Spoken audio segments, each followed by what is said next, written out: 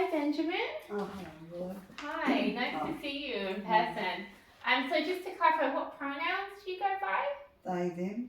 Okay, so you like to identify as gender neutral, is that just so I know how to speak? I'm Will. I know we talked on the phone. I'm going to be your case manager today. So we're just going to do an intake and assessment of your needs, and then we're going to collaborate together, develop an action plan, and just review if there's any risks as well, risk assessment, and put any steps in place to prevent those from occurring. So I just want you to know that anything you share today, I won't share without your consent, and privacy and confidentiality is very important. And my rights and responsibilities are to respect your dignity of risk, your right to take risks, but also acknowledging that I have a duty of care while we are engaging and working today. Okay. If you just wanna, I know we've spoken on the phone, I know you are struggling with a lot of anxiety, mostly due to an accident that left some of your family dead, which is really sad. To say that, and I feel like you have a lot of anxiety and possibly PTSD related to that. Definitely, yeah. I lost my mum and dad and my sister, so I only have my older brother left. But okay, and is your older brother quite supportive of you? Is he quite helpful? Most of the time, yeah. Most of the time. Because I know as well when you spoke to me on the phone, you talked a bit about being socially isolated and not having a lot of... Well, I am, yeah, but I could get in touch with him on the phone, but other than that, I am socially isolated. And do you think that isolation also can exasperate your anxiety a bit as well? Yeah, I wouldn't hesitate to say that, yeah. Yeah, and do you have any supports in place? Are you studying or working? No, nothing like that at the moment, unfortunately. Because you told me before you were studying, but then you had to drop out just because of you felt very overwhelmed. Exactly, yeah. Yeah, and do you feel like maybe you have like a lack of structure in your life that could then be making all your mental health issues worse?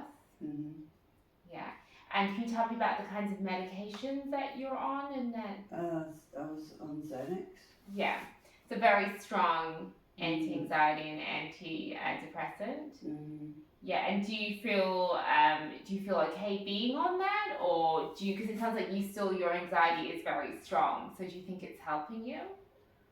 It's hard to say because I don't know what I'd really be like if I wasn't on it, but I mean I still suffer with anxiety, even though I am on it.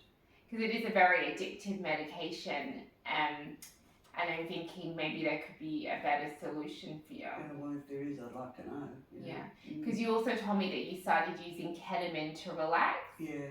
Yeah, and how frequently do you use that?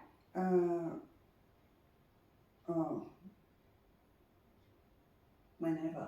Whenever. So, because you said that weekends, more like a social. Yeah. Yeah. So a friend put me onto that when I was studying. Yeah. I'm just worried this might be a situation that escalates because if you're on something like Xanax, which is a central nervous system depressant, and then ketamine as well, there could be sort of like dangerous, possibly deadly effects. Yeah, I guess I have no idea how the two interact with one another, so really it's not good. So do you think maybe something we could focus on is trying to get you off these medications, these drugs, and finding an alternative solution for you? Yeah, if I can deal with the anxiety and get some counselling. Else, that would help. Yeah. Because you haven't had any counselling, it sounds like, since the accident, so you haven't really dealt with it. Not really. No, my brother and I have just tried to deal with it as best as possible. Yeah. So you're just trying to get by emotionally and deal. So I think that's probably one of the first things we're going to put into place is therapy and counselling and inpatient rehabilitation if you're open to that. And I feel like if you would actually do well with maybe some kind of structure in your life as well, if we could get you seeing a job provider, maybe we can get you into the workforce and working, very casually even. Yeah, that would help. And I'm thinking as well, do you think you could possibly be at some point ready to go back to school? At some point, yeah, I want to.